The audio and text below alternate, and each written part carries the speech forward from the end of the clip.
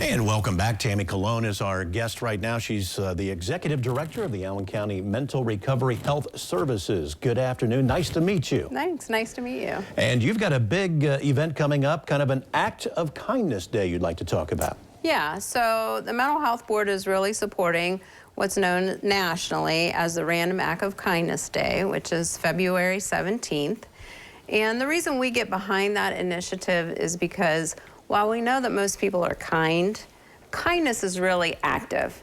And when you're doing something that's more kind, it is so good for your mental health. You know, it improves your love hormones, it improves your length of your life, it improves your energy, it decreases the negativity, it decreases our anxiety and depression. So intentionally doing something, even though we know we're all kind, doing something kind is very helpful for our mental health, and we all need that.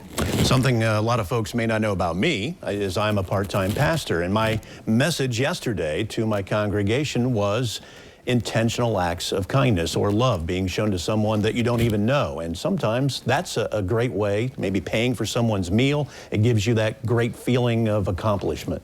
Yes, and the good thing about it is it's teachable, right? So when you do something kind for someone, they're then inspired to do something kind for someone else. And the people who've seen you do that, they then also want to participate, and particularly for our young people. I mean, they don't know how to demonstrate kindness as well as we would like them to do. So we're really asking our community this month, particularly on Friday, the 17th, to try to do something intentional that's kind for someone else. Yeah, you talked about the younger generation. They had to put down their PlayStation to actually accept the fact that there are others out there in front of them, and maybe this is a good time for them to make a actual attempt to be kind to their students and their friends and those that they attend school with. Absolutely. I don't think there's an opportunity to do kindness on those video games very often. No. So we have to demonstrate it and teach them and encourage them to do it in other ways, yes. We were talking off camera, and I don't want to go into great detail because you said you don't even have a lot of them, but gambling has been legalized here in the state of Ohio, and a lot of folks can now do that right on their cell phone. How are you dealing with that in your office? Because I'm sure that this is going to become a topic you're going to have to get on top of.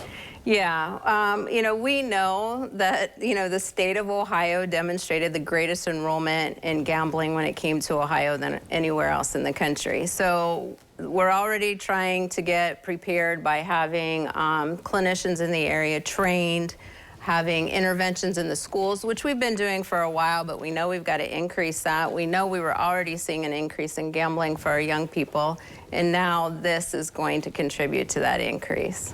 We're also seeing where daylight hours are starting to extend, so I'm sure that means a lot of folks are kind of coming out of a depression mode because, let's face it, winter can be long with a lot of darkness, and this is probably a good time for people to start getting out, becoming active, and get over that. Yeah, and while you're doing that, say hi to somebody. Be intentional when you're doing it. Be say kind. Excuse me, say thank you, be kind. It does you good, it does other people good, and it really teaches us how to demonstrate what we really are on the inside. All right, Tammie, thank you so much for joining us this afternoon. Don't go away. Medical news is coming up next on Noon Edition.